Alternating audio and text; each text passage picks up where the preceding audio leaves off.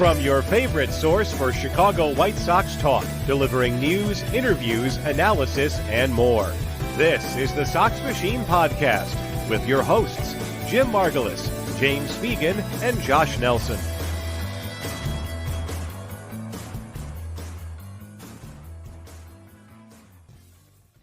Thanks, Rob, and welcome to Sox Machine Live. I'm your host, Josh Nelson, alongside Jim Margalus. It's been a while since we've had one of these. As a matter of fact, the last time I looked into our Sox Machine Live library, Jim, the season hadn't started yet. No. Shohei Ohtani, the gambling news just broke. That's the last time we had one of these. So I figured with the late night road trip, you're a dad, I'm old and cranky.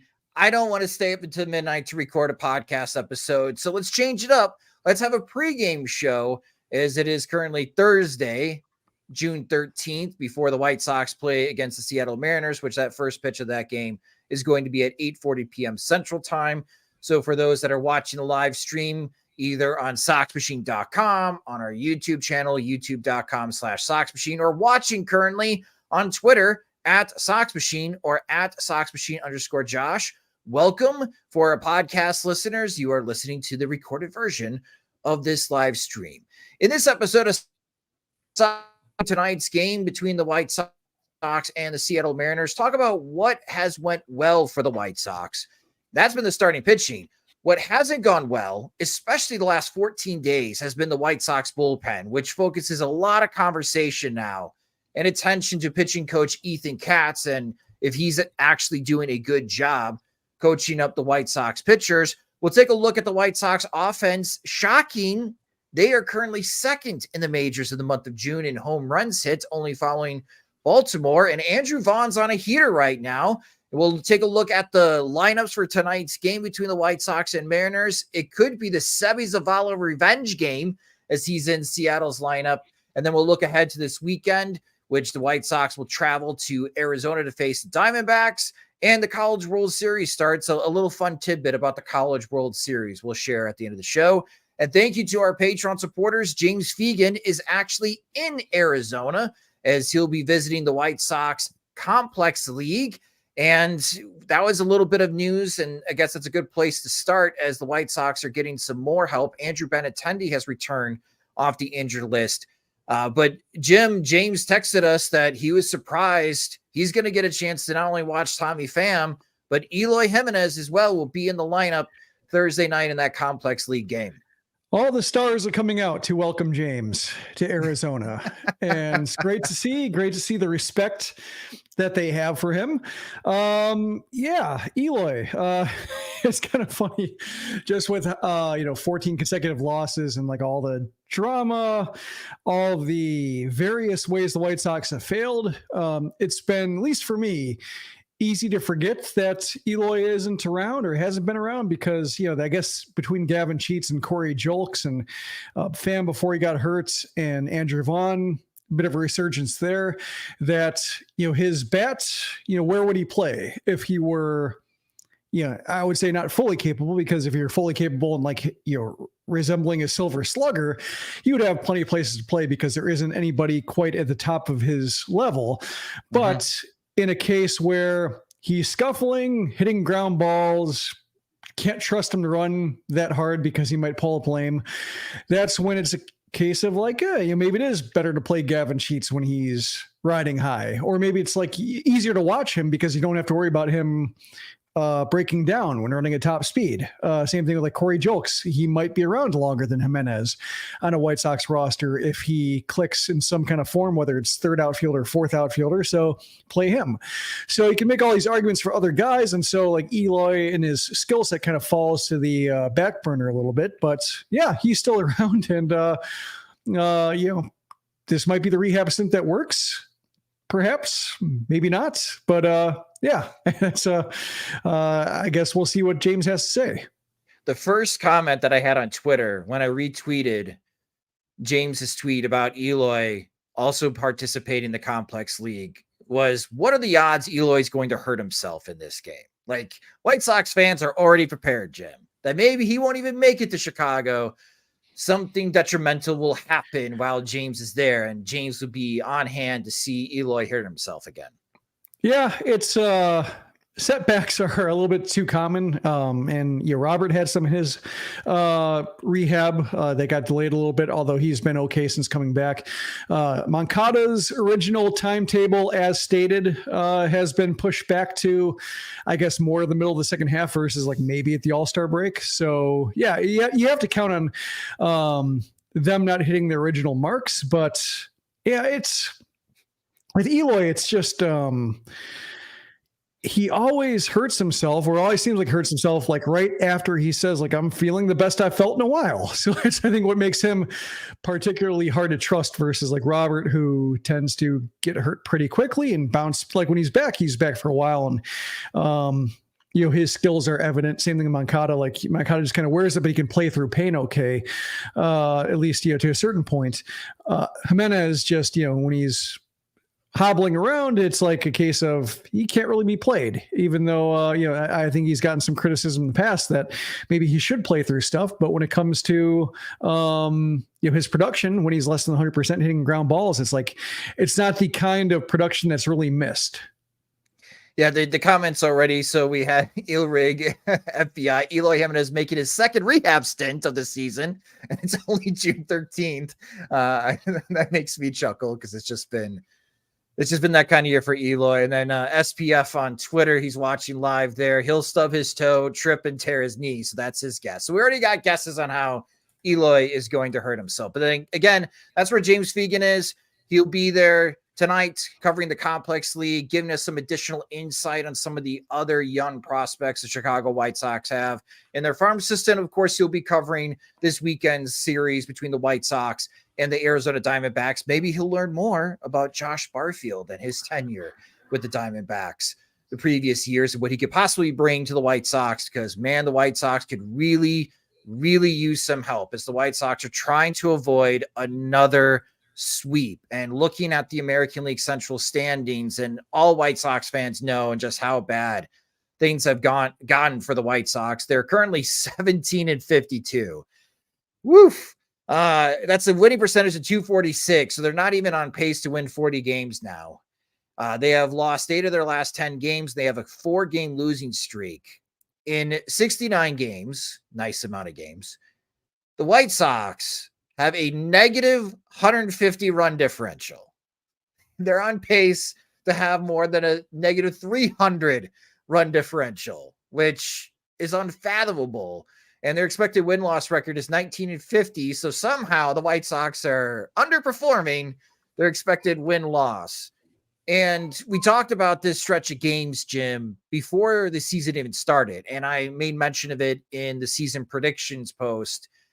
I circled this part of the calendar, warning everyone, incredibly tough stretch of games for the White Sox, an incredible 38-game gauntlet. And my prediction in late March was 8-30, and many thought I was pessimistic. Mm-hmm. Well, the White Sox are 3-22 right now during this stretch. There's 13 games left to go. So in order for them to meet my preseason prediction, they got to go 5-8. To beat it, they got to go 6-7. And if they go 6-7, that's going to be some of the best baseball they have played this season, outside of the time when they went 11-9 during a 20-game stretch when Tommy Pham first joined the White Sox. Yikes. I mean, it seems like the season started 3-22. Then we had that 11-9 stretch. And then it was the 14-game losing streak. And here we go again, Jim, talking about another 3-22 stretch for the White Sox. Yeah, it's kind of funny when it comes to the White Sox last 2 years, kind of fulfilling your worst case scenarios when you've done your preseason predictions, or I think you did one on Sox Machine and one on 670 The Score, saying like, what is the, what do you think is going to happen if it all goes wrong, if we're looking at a team that just, is operating in like maybe 10th percentile outcomes across the board, or at least a critical mass of them. What does that look like? And I think 2 years in a row now, they've hit that. And I thought I was picking the worst case scenario when I picked them going 54 and 108 before the season. Like, that's usually hard for a team that lose 108 games, be projected for it. Because, when it comes to projections and basing stuff off, what you have in opening day, everything kind of regresses towards the middle a little bit. So I thought, like, 108, that's pretty bold. That's pretty pessimistic. But, it seems like this is the team where, if Chris gets his original vision of like high IQ baseball goes wrong, because like if you don't have enough talent, then you automatically look dumb after a while. Like just the pressure of losing and trying to turn scores around, trying to reverse your fortune when you don't have enough talent to win regularly, create some bad playing time decisions, create some pressing issues where maybe you're throwing to the wrong base, or maybe you're trying to bunt when you shouldn't because you want to give yourself up for the team. Like there's a trickle down effect to all this losing. Like it's hard to stoically lose 4-3, 2 out of 3 games. You have an idea of how it might happen, or you can kind of picture at the beginning, like, oh, this is just a team that doesn't have enough offense, can hit the occasional homer. Starting pitching might be okay, but the defense will be good and they'll look respectable. But I think like when the losses start piling up, that's when it's really hard to just accept that you're going to be outgunned in most games, and you might have 110 losses, and that might be the best you can do. And I think when guys are looking at their next jobs, lining up maybe their next moves, they don't want to be associated with that. Like they don't want to be the reason why a team lost 108 games, 110 games, 120 games. They all want to do better because it all reflects on them to a certain degree. So I thought I was especially pessimistic, saying like, yes, this could snowball on them, and it's even worse than that. So I think next year we really have to pay attention to what the worst case scenario is, and maybe add 10%. Next year's worst case scenario, 20 and 142. I dare you, White Sox. I dare you to only win 20 games in a 162 game season.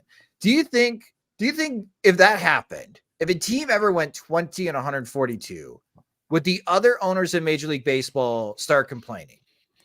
I think they launch gambling investigations. Like in this day and age, that would be excessive. Like the Holmes maneuver would be, Lawrence would get calls from the FBI saying, what do you know? Also kidding. Who do you know? Yes, we'll start that. That's our rumor. Lawrence Holmes, gambling conspiracy theory. He's in cahoots with the White Sox clubhouse, man. He's in cahoots with that White Sox bullpen. He and Ethan Katz. A little funny business going on here. Yeah, the bullpen phone goes to Lawrence's cell. That's why Michael Kopech and Jordan Leisure are paired together. Oh. Well, let's try to bring some positivity first before we talk about the White Sox bullpen. And in this series particular, you can make a case that the White Sox should be ahead in this series. In a way, the White Sox should have won the first 2 games for sure. They should have won the first game against Logan Gilbert to be up 4-0, and just how dominant Gilbert is at home. That was a crushing loss. Like there's been so many losses that it's going to be hard to pinpoint the top 10 losses of 2024, Jim, but I would nominate that game just because to lose 8-4 by giving up 4 runs in the 8th, and then a walk-off grand slam after being up 4-0 going into the bottom of the 8th inning. That was gut-wrenching. But at least for the White Sox, as they, again, try to avoid a sweep playing the 4th game tonight against Seattle, the starting pitching's been excellent. I mean, Eric Fetty, 7 innings, only 5 hits allowed, just 1 earned run. It was a solo home run. He struck out 4, walked 1 on 93 pitches. Maybe Grifol could have pushed Fetty into the 8th inning, but I thought that was an excellent outing by Fetty. Drew Thorpe, in his Major League debut, was good. 5 innings, only allowed 3 hits, 2 runs. 1 was earned because of an error. He walked 2, struck out 4 on 98 pitches.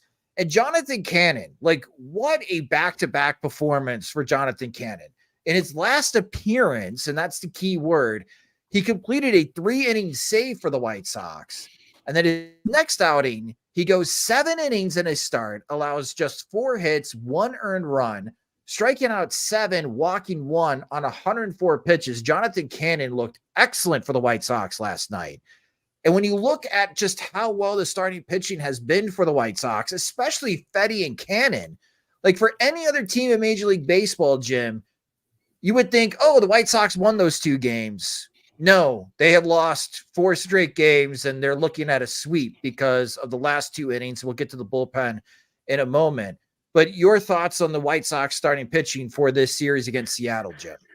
It's been good. I think the numbers bear that out. I think Thorpe looked like he needed to look for a rookie. A little bit lucky at times. He misplaced some sliders, but the changeup looked like a real pitch. He pitched around some errors or dealt with it and didn't let it get away from him. Defended his position well, showed that like he wasn't overwhelmed when it came to his decision making.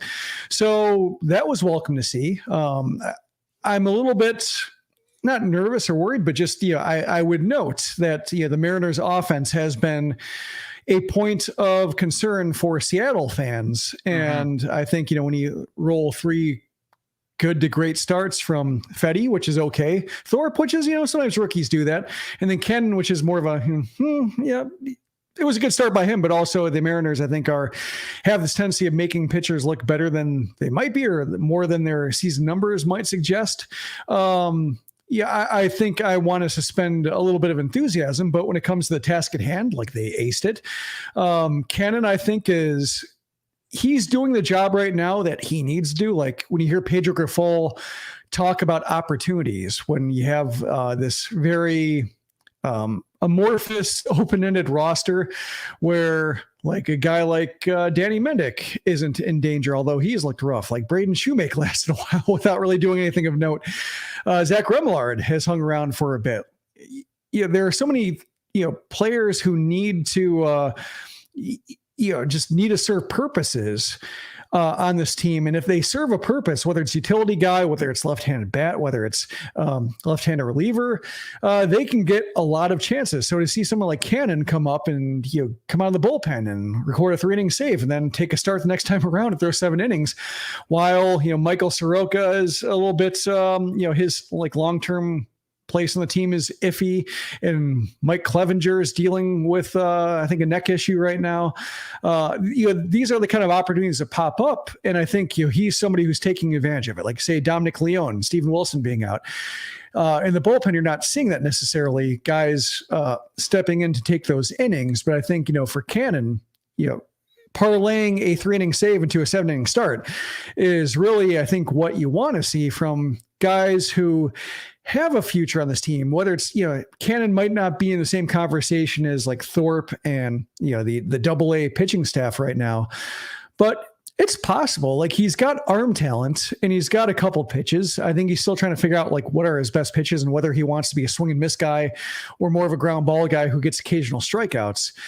But he's got an arm. He's got stuff to retire hitters in the major league. So I think this is like the best case scenario for him, which is like, I'll make myself useful no matter what. And showing the ability to do both. And, going an inning longer than most guys go in the bullpen, going an inning longer than most guys go in the rotation, like that can only help him. Like even if he regresses a little bit or gets his, gets beat up by a team that's better than Seattle, he'll still have those performances that buy him a little bit of goodwill and will, keep those chances coming. Just like we saw like Braden Shoemake hitting that homer early on in the season. And that basically helped him hang around a month and a half. So I think this is the kind of performance that, it's not a first impression for Cannon, but it kind of is just because he's back on the roster and new shot. So it's a second first impression, we'll call it.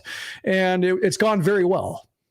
A lot better than Nick Nestrini's, where with Nestrini, like James has been hearing from White Sox scouts, like there's skepticism within the organization about Nestrini's ability.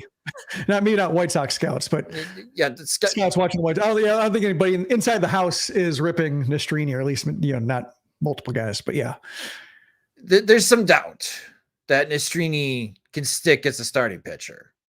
And I think you don't even need scouts to tell you just need to watch Nestrini pitch, where things just don't look easy for him when he's starting a game. Maybe he has to move into a reliever role. And that's why the Dodgers were so willing to move him in last trade deadline.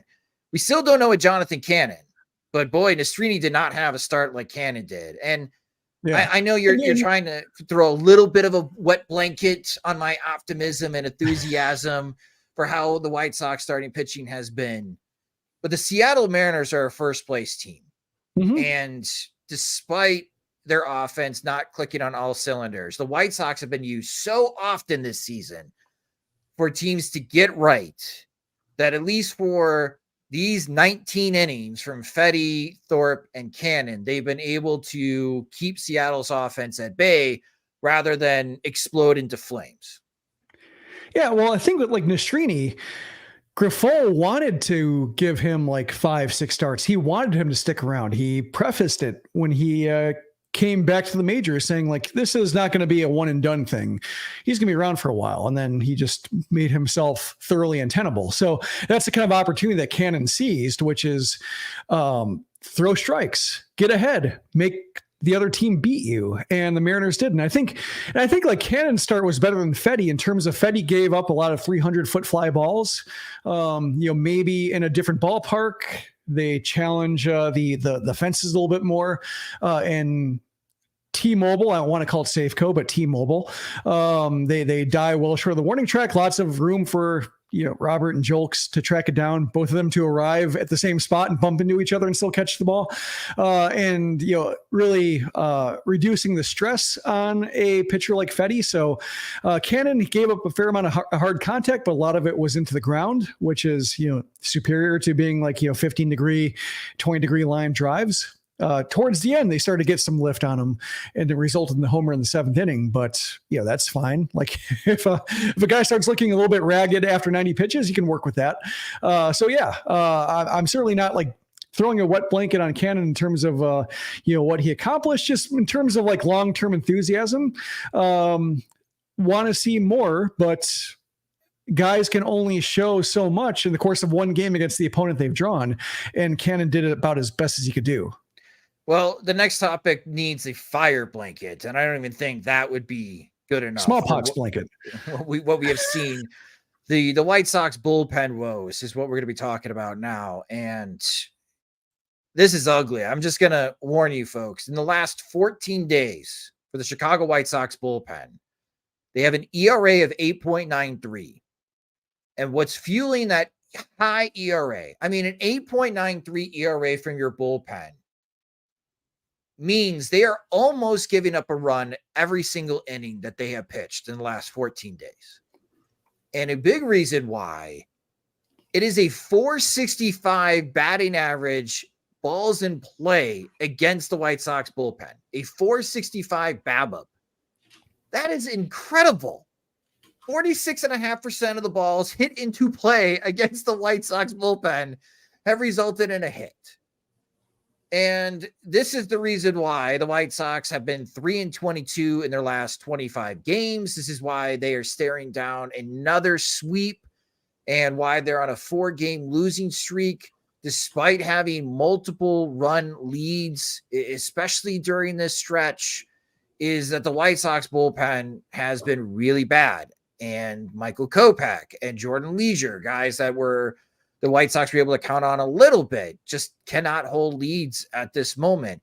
And it raises the question about Ethan Katz, Jim, and the job that he is currently doing. And I got a little bit of pushback here because last night on Twitter, with Jonathan Cannon doing his thing, I tweeted out that cap tip to Ethan Katz, because in this series, the starting pitching has been very good. The bullpen, on the other hand, and I just left it at that because I'm trying to pump some positivity to the hellscape that we continue to watch, which is this White Sox team. But now there's a lot of people coming after Ethan Katz, especially White Sox fans, and the job that he's doing, because look in Atlanta and Ronaldo Lopez has an ERA below 2. And why can't the White Sox, why couldn't they figure that out? Why couldn't they make Ronaldo Lopez better?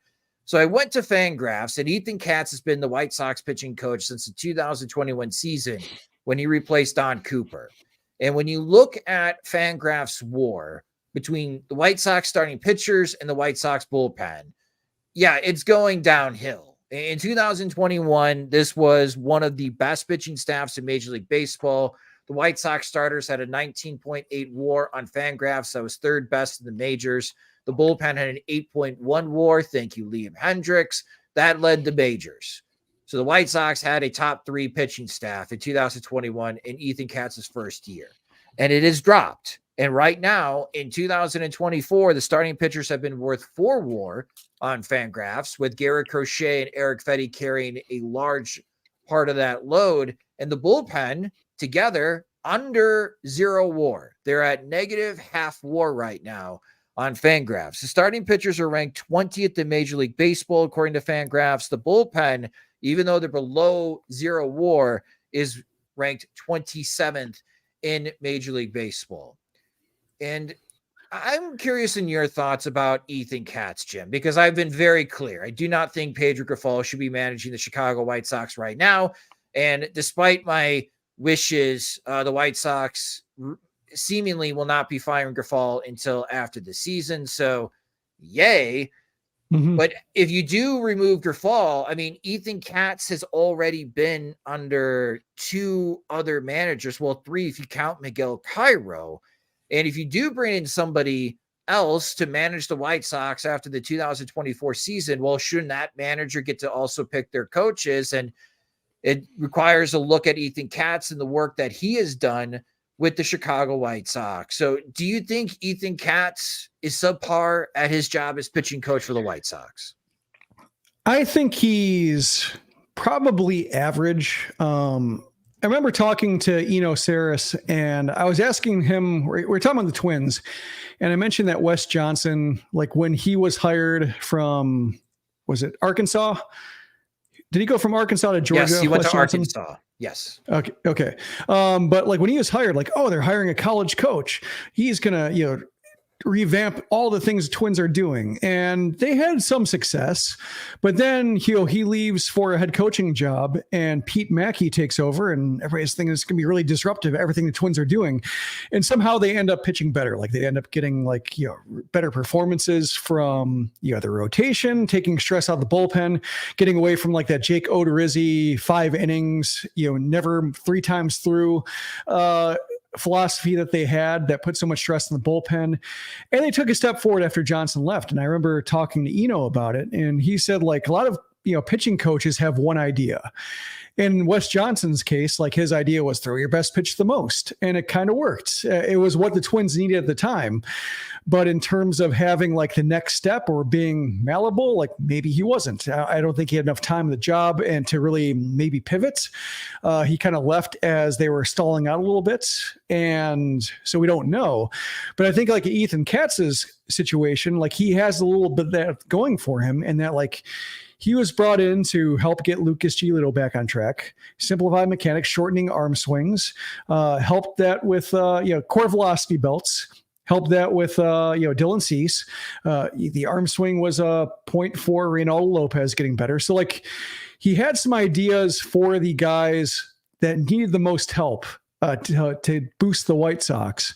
And so, you mentioned that 2021 part of the graph, like that's great. And that's him doing his job for that staff. And then his stock has been sliding since when you're looking at the wins above replacement for the bullpen and relief or rotation rather. So I think like that makes me think that, maybe he's reached the end of the line for the White Sox. Not that he's bad, but just maybe kind of like general managers. My thought for general managers is that they have 5 years to execute the original vision.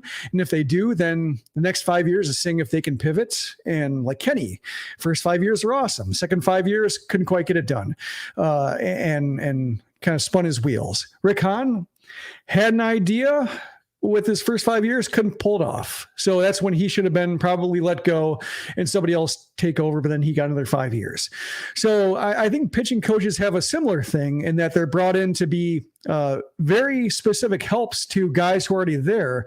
And then it's a matter of like, are they good enough, talented enough, experienced enough maybe to be able to look for the next wave of talent and know what's going to be best for them versus like, here's what I always do for guys, kind of like Don Cooper with a cutter.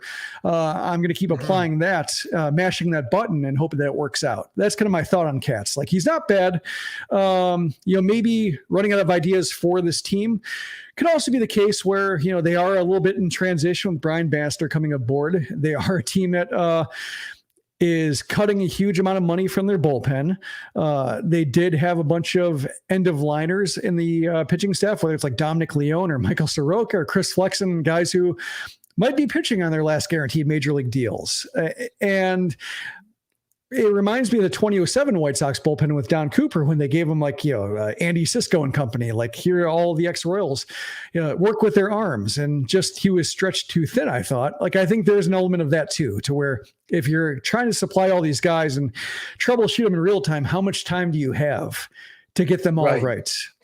Yeah, so that's why I think that's a good point, Jim. Yeah, so that's why I'm not like coming down on them too hard, but also like if the White Sox do change out Pedro Grifol and whoever they bring in has a better idea for a pitching coach, I'd say sure. Like, I wouldn't be too attached to him, just because like there might be a case where Katz, he outlived his purpose for this team and might need a change of scenery to either like find a team that needs his specific skill sets and will benefit from that, or he just needs to step back and say like, all right, where did I get too bogged down in my vision for that team, and kind of go back to school a little bit and maybe broaden his skill set. Because like a guy like Mike Maddox, like if you're talking like veteran pitching coaches, he's bounced around a little bit. So I imagine he's had stuff like that too. So I don't think it's necessarily like damning if Katz gets let go, because he just might need a little bit of kind of be able to step back and get away from just the White Sox downward spiral, separate himself a little bit and tackle a new task if it happens to be the case. Or he could be fine and they just need to get better pitchers. If this was MLB The Show in real life, I think Ethan Katz adds to the starting pitchers. I think he does a very good job at getting them prepared and having a concrete game plan of what they need to achieve and understand the opposing hitters to get through a lineup 2 and recently 3 times through the order. And that's how a pitching coach helps the starting pitchers, because it's the pitching coach formulating that game plan with whoever is going to be catching and the starter that night. And I think Katz does an excellent job of that. To your point, is Katz stretched too thin? The White Sox not have enough resources. While I think like Katz would add like, let's say +5 to your starting pitcher's attributes, he gives your bullpen -5 attributes. And it just brings into question, do the White Sox have enough resources to manage a 13-man pitching rotation with 5 starters and 8 relievers?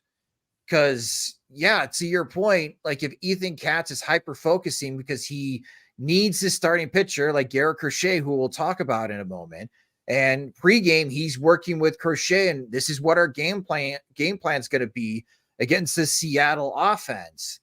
He's thinking, let me get Crochet through 6 innings, and then, let's figure out the last 3 innings on the fly.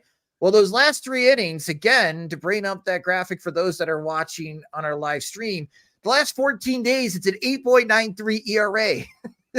And it just seems like Katz, nor the White Sox, nor the pitchers themselves have any answers in what the heck is going on in late innings. And if I had to guess, and it does seem like Grifol is going to keep his job throughout the entire season, which, whatever.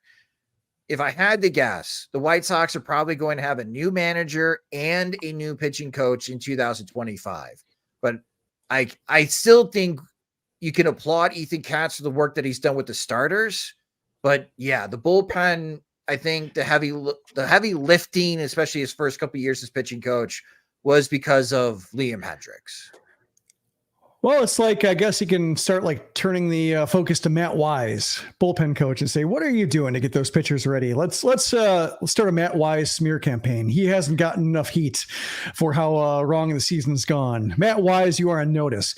The thing that kind of jumps out to me when looking at this bullpen is it seemed like it was okay until Steven Wilson got hurt or, was trying to work through his back problem and wasn't getting it done. The control got away from him and started walking the batter an inning. And that's when it seemed like everything started sliding to the sea, because like Jordan Leisure had to be good. When, before that, it was like Wilson and Leisure kind of alternating eighth innings here and there. Kopech all of a sudden, being the only guy for the toughest hitters in the lineup because Leisure is losing it a little bit. Dominic Leone, I think like picking him out of the bunch of veteran relievers they auditioned, didn't really work out. Have you seen what Jesse Chavez is doing for the Braves? My guy, how's he doing? 1.33 ERA. Sure, of course. You know what's going to happen? This is what's going to happen. The Braves are going to trade for Michael Kopech, and he's going to be lights out. Like, I can already see this. Like, they know what they know, Jesse Chavez. Maybe there's something to it. But then again, like, how teams like, all right, we need a pitching coach that's better with the bullpen. So maybe the White Sox do get a pitching coach next year that's better with relievers, but then the starting pitchers take a step backwards. Like, to me, I think if you do get brand new pitching coach for next season, I would think about like having co-pitching coaches. One coach, you work specifically with the starters. The other coach, you work with the bullpen. That's very Hawk Harrelson GM of you. Thank you. That was his big contribution on the hitting side, was hitting coach for righties and hitting coach for lefties. Hitting coach for that's power stupid. hitters. We're not going there. We're not going there.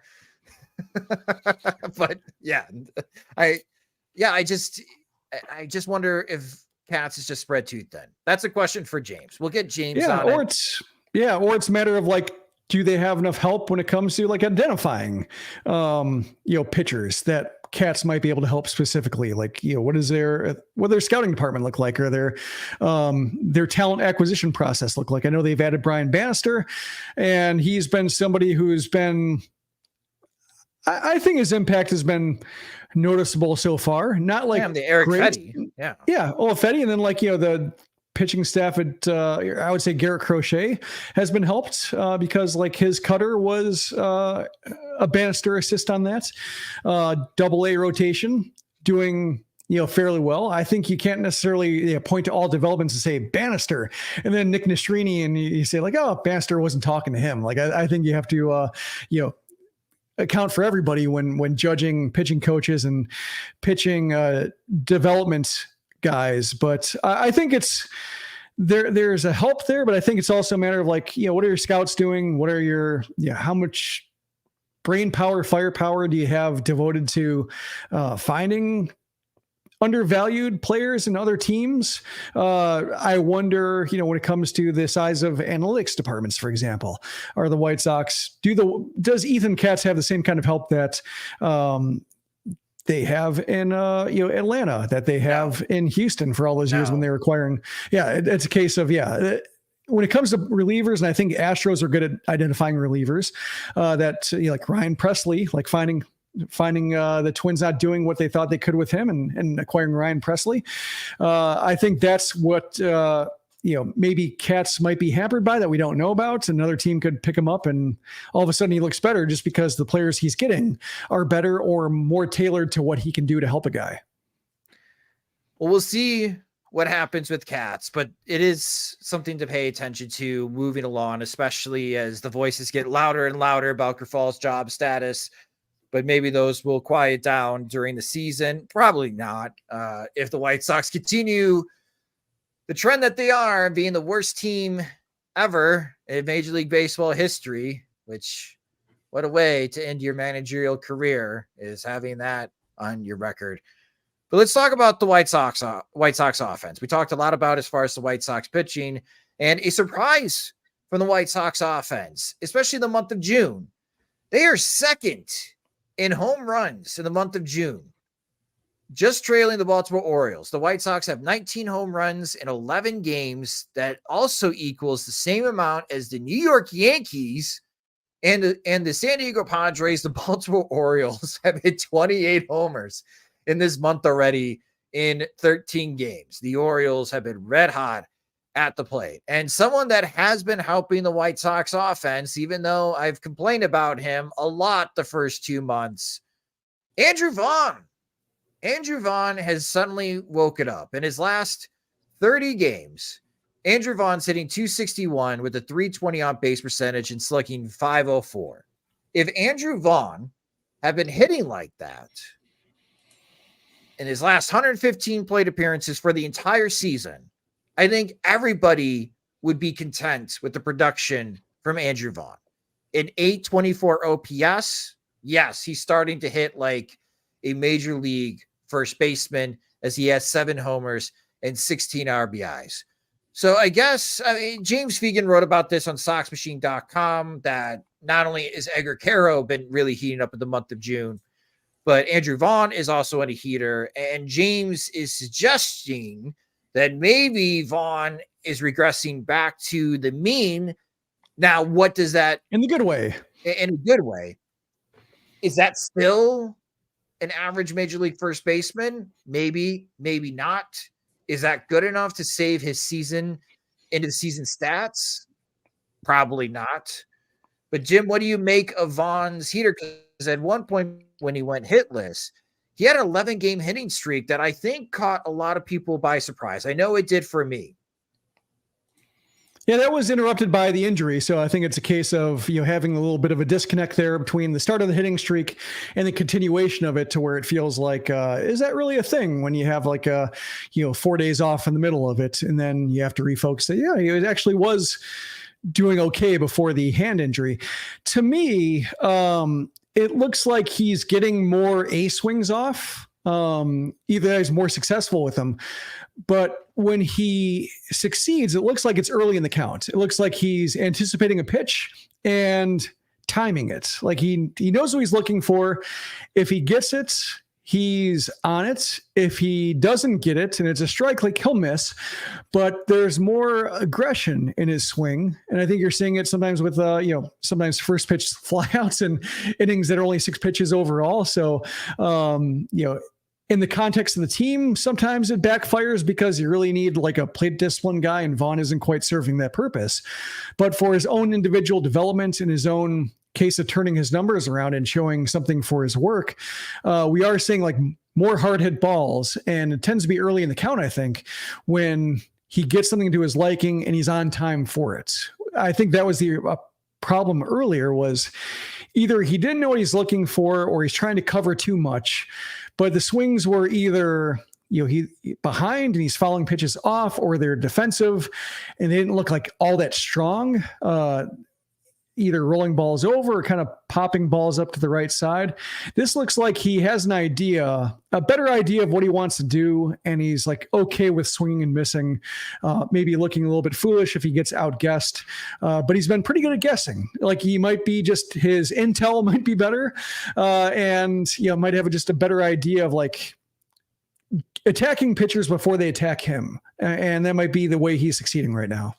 Yeah, I mean, if he's seen fastballs earlier in the count, that's something I've advocated for. Just go back. Just go back to your 2022, 2023 self. Go back and just mash fastballs. The problem is when you're uber aggressive early in the count, that's going to greatly impact your walk rate. And I think at this point, that part of his game, I don't think is going to come to fruition because he struggles so much against breaking pitches that I wonder if that's the counter. And maybe we start seeing that tonight with Emerson Hancock on the mound for the Seattle Mariners, or maybe this upcoming series against Arizona. Do opposing teams catch on what Vaughn has been doing as of late, and through advanced scouting, telling their starting pitchers, we need you to flip more sliders to start in the count against Vaughn. Save your fastballs, because that's what he's looking for early in the count.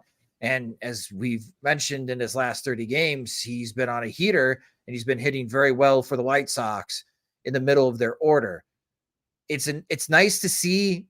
If I had to pick and choose, like, yeah, this version of Andrew Vaughn works. Just go with it. Like, I'll roll my eyes at a 260 batting average and 320 on base percentage, because honestly, those numbers are not that great, especially the on base percentage, but the slugging for a team that needs more power, because even though they want to play under the fast system, Jim, They are fundamentally flawed with this offense. And they have a very tough time stringing 3 hits together in an inning. And even when they do, it doesn't necessarily mean they're going to score because their base running isn't all that great. But when you are second in Major League Baseball in home runs, that is a strategy that I think could work for the White Sox, especially at home games and in the summer. So if you're trying to bounce back and try to play better baseball offensively, yeah, swing for the fences. Let's go with that and forget the fast method for a moment. They're doing something, I think, is what we've been looking for. Like what's a strength? What's an identity? And offensively, their identity was nothing they'd want to identify with. Like nothing they'd want to say out loud. Like, what are you known for? We're known for making outs quickly and being shut out. Like that would be their identity. In this case, like, they'd probably want something positive to say. And yeah, a team that can, jump on a mistake pitch, a team that, can kick a pitcher while he's down and hit back-to-back homers. We're seeing Paul DeYoung is kind of, that seems to be his thing right now, below 300 on base percentage, but right now a 25 home run pace, 30 home run pace. Like that's, I think, when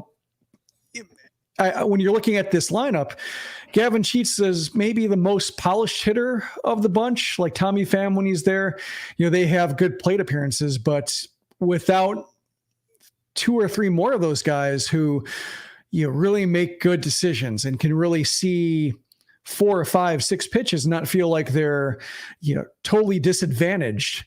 Then it's really kind of every man for himself. And if they hit 2 homers in an inning, cool. And if they make 3 outs on 7 pitches, that's the cost of doing business for the way the White Sox operate. But at least it's something. Yeah, we'll see if the White Sox hit another home run tonight against Emerson Hancock and the Seattle Mariners. And for that pregame show, for those that are watching the live stream before hopping over to the first pitch, which is coming up here for the White Sox tonight, their starting lineup against Emerson Hancock.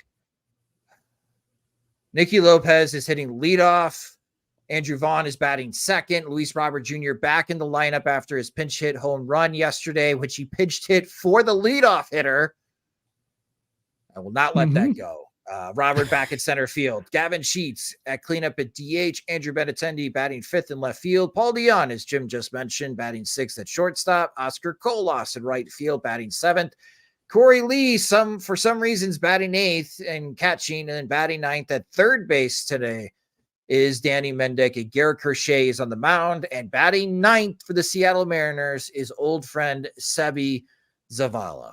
And I want to just chat quickly about Garrett Crochet before tonight's game gets started. And a few things that have caught my attention. One, he had those 2 bad outings back to back, and it blew up his ERA. And I wondered if he wasn't going to make the All-Star team. But the way that he's been pitching, he probably will represent the White Sox. Shoot, maybe both Eric Fetty and Garrett Crochet represent the White Sox at the All-Star game for how well they have pitched this year. But Crochet, in 8 straight starts, has allowed 2 earned runs or fewer. The White Sox are 5-3 in his last 8 starts. And for the season, the White Sox are 6-8. So if you're hoping that the White Sox fend off another series sweep, if you're hoping the White Sox break up this losing streak of 4 consecutive games, it seems like with the recent trends that Garrett Crochet, if he continues this trend, is going to shut down the Seattle offense just like Fetty and Thorpe and Cannon did, and give the White Sox an opportunity as long as they can score some runs early against Emerson Hancock. And then the fun part, everybody hang on for your dear lives when the bullpen comes into the game.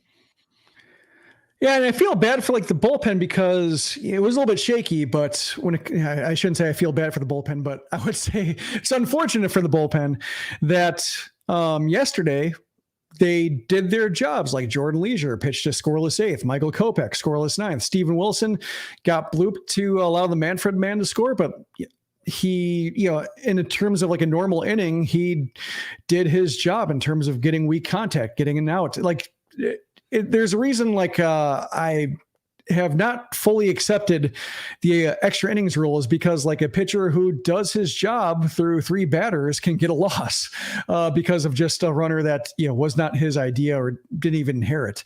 So like, that's why I think it's a kind of a flaw in an otherwise like, the box score is pretty true, but I think that's one case where the box score can't really capture what's going on. But that was a case of like the bullpen actually showing up and they still get the loss. So yeah, it's in a case where they did their job, the offense made them look bad. And so you still have this phobia, but hopefully Garrett Crochet is enough of a palate cleanser of just like enjoyable pitching. And, the offense does enough that you're not just focused on one mistake. Like that was my concern with Cannon and his start is that he gets to pitch 7th inning. I didn't necessarily think it was a good baseball idea for that game, but it was a good developmental idea. Like he's thrown, 6 innings pretty well, not an irresponsible amount of pitches. Let's test his mettle. With the bullpen being down, let's see if he can step up. He gives up the homer, but otherwise completes his 7th inning. So you have 7 innings of 1-1 ball, and that's good. But he risks being saddled with the loss because the offense does nothing for him until Luis Robert shows up and homers on the only pitch he sees. And but if you can like set aside the team context, like that was cool, and that was like nice that. The struggles of the bullpen allowed Grifol to maybe be a bit bolder with a pitcher and allow him to test himself, kind of stumble, but ultimately like you learn something from it and you feel okay because the bullpen didn't get a chance to blow it. Like if they lost the game 1-0, at least they lost a different way versus watching, Leisure or Kopech or whoever else lose the game. So in this case, like, I'd like to see Crochet keep doing what he's doing. Yeah, like you said, I think he is the White Sox all-star frontrunner, both because he's been great and also because like he's somebody you want to see in an all-star game. Like he would be fun to have mic'd up. He would, if you're going to have one rep from the White Sox, the worst team in baseball, make it be a guy everybody wants to see. And I think a lot of fans who follow the game are excited about Garrett Crochet individually. So that would be like the best case for White Sox PR to have Crochet there. And I think, I'm hoping for 6-7 innings of just him doing what he does, enough offense to where like you feel like, hey, it meant something. I think that's really the toughest thing in a season like this is like Eric Fetty going 7 great innings and getting no decision. Like, what was that even for? Crochet, like there's a bigger point for it because of just his personal development, first year starting, but still like when you have starts like this, starts like Cannon, starts like Fetty, you want to have at least one of these games turn out to be something that matters for a win column, ending a losing streak, avoiding a sweep, benefiting the White Sox in terms of like some greater dignity that they don't quite have right now. That's, I think, hiking some of the season, the White Sox, the search for dignity. Yeah, again, Crochet, 8:40 p.m. Central Time starts for those that are watching the live stream over at NBC Sports Chicago. And if you're out of the market, MLB.tv. The Chicago White Sox, after this series, will be heading to Phoenix. And very convenient because I think Tommy Pham will be rejoining the White Sox. And we'll see in how the roster shakes out. There'll be some roster moves before the series starts. And your probable pitchers for this series over the weekend, these are, so Friday nights at 8:40 p.m. Central Time start. Chris Flexen will take the ball for the White Sox. He'll be going up against Ryan Nelson, no relation, for the Diamondbacks. Sunday late, 9:10 p.m. Central Time start. And that game will also be on Fox Sports 1. Eric Fetty will make the start for the White Sox against to be determined for the Diamondbacks. And then on Sunday, Father's Day, 3:10 p.m. Central Time start, Drew Thorpe will make his second Major League debut as far as his Major League start, and he'll be facing Jordan Montgomery, who's having a very rough start to the season after holding out and trying to get as much cash as possible. One of the famous Scott Boras clients, Jordan Montgomery this season is 4-4, but he's got a 6.58 ERA. He has been really struggling. And the Diamondbacks, despite winning the National League pennant last year, are currently 32-36 on the season. They're 9.5 games back of the Dodgers, and they're a game and a half back of the wild card. The Diamondbacks have won 6 of the last 10 games. So it goes back to this whole trend for this season, and I know that's a popular word for the White Sox these days, trends, because there's so many bad trends to talk about with this team, but teams get right when they face the White Sox, and boy, Jim, the Arizona Diamondbacks need to have a good series against the White Sox, or they're going to get themselves back into postseason contention.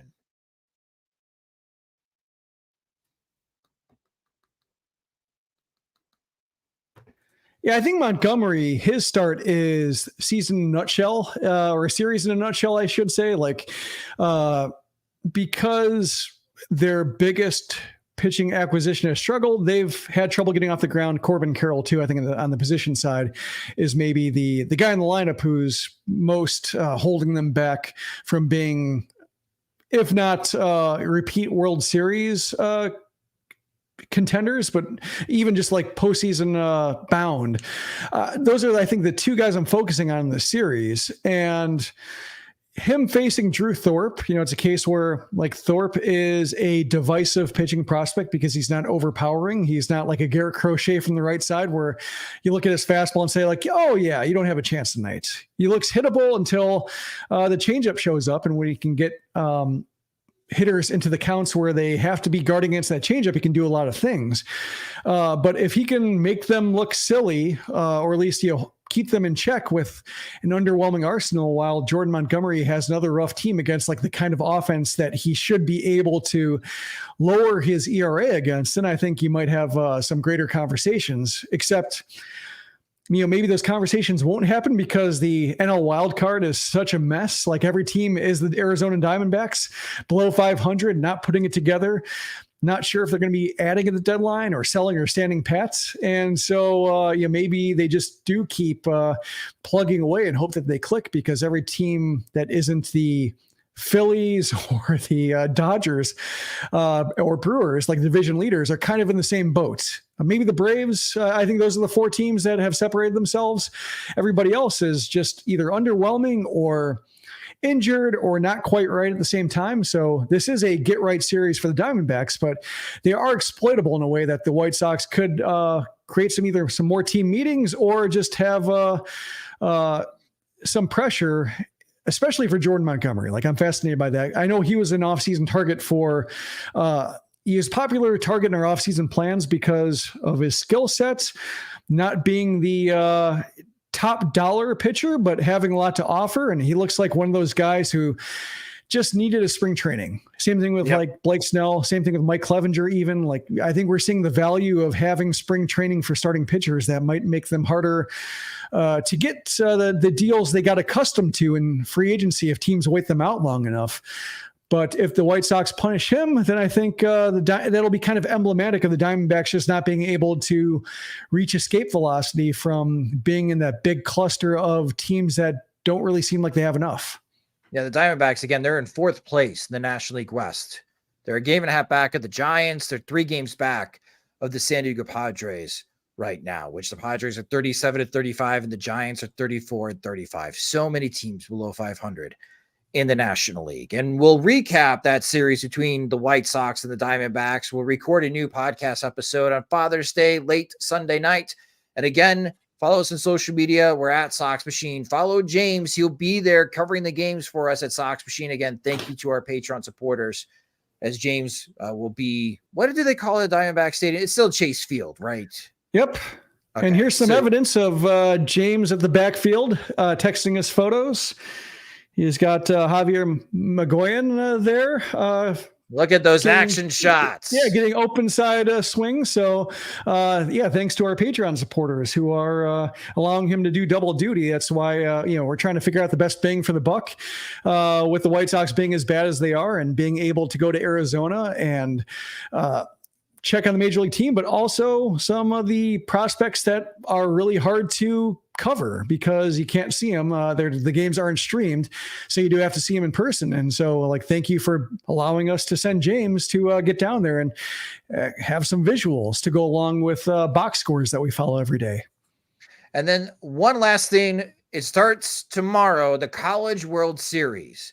And for those that are now starting to get more into the MLB draft, we're just a month away from the MLB draft where the White Sox will be selecting 5th overall. They have 4 picks in the top 100. I think 4 picks in the top 80 for sure. So this is a good chance for the White Sox to add more talent. This is a great couple of weeks to watch the College World Series. A lot on the line. 8 schools. It's been a very fun postseason so far. But what's going to make it incredibly fun is the Jello shot contest. So a shout out to our friends from the 108. This is the ultimate hashtag 108ing. So Rocco's is a bar very close to the stadium in Omaha. And it is a challenge for fans of the 8 schools. It's $5 Jello shots, and whoever buys the most Jello shots wins the crown of Rocco's Jello Shot Challenge. And when you get the SEC schools involved, this number will be in the thousands. So for those that are watching a live stream, Kentucky, the first time they've ever been to the College World Series, already leading with 126 Jello shots purchased. So this is one of the leaderboards I'm going to be paying attention to during the College World Series, obviously watching the games and getting video of all of the action for MLB draft coverage for us at SoxMachine.com. But Jim, you got Florida State, Virginia, North Carolina, NC State. Those are the ACC schools.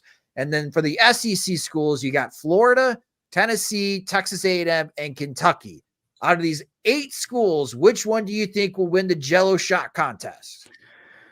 Feels like Tennessee has a big jump here in it. I think, when I think about teams that probably travel pretty well and are probably used to planning a trip to Omaha to follow the team. Like, I think Tennessee will show up in droves because they're, one of the top programs in the country. It would be a failure if they didn't get to Omaha. So I think everybody's had their plans made well in advance, and they have hotel rooms, and they have drivers, or they're within walking distance, and so they can go nuts.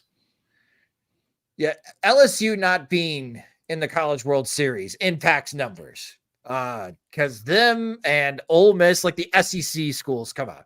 Arkansas, numbers in that leaderboard. They were a big one too, I think, right? Yeah, Arkansas is a big one. Yeah. Thousands. It'll be in the thousands before the College World Series ends. Those poor bartenders just constantly making Jello shots during the College World Series. It'll be fun to watch, and we'll be keeping up with that leaderboard and all the action in Omaha on SoxMachine.com. But that will do it for this episode of Sox Machine Live. Thank you guys so much for watching the live stream on our YouTube channel at youtube.com/SoxMachine. And you can also listen to the podcast on our YouTube channel now. So if you got a chance to watch the video or any of our videos, including our MLB draft coverage, or listen to the podcast there, please subscribe to our YouTube channel. Greatly benefit us, and we appreciate it. You can also listen to recordings of Sox Machine Live into the podcast feed wherever you listen to podcasts, such as Spotify and Apple Music. And again, follow us on social media on Twitter, Instagram, Threads, on all the platforms. We're at Sox Machine. You can follow me at SoxMachine_Josh. And of course, follow James at JR Fegan. And speaking of James, again, he is in Arizona. Thanks to our Patreon supporters. If you want full access to our coverage of the Chicago White Sox, we just had another Patreon content with the P.O. Sox mailbag, in which our Patreon supporters get to do a Q&A with Jim and James. You can go to patreon.com/SoxMachine to sign up. Monthly plans start at just $5, and you can save with an annual subscription.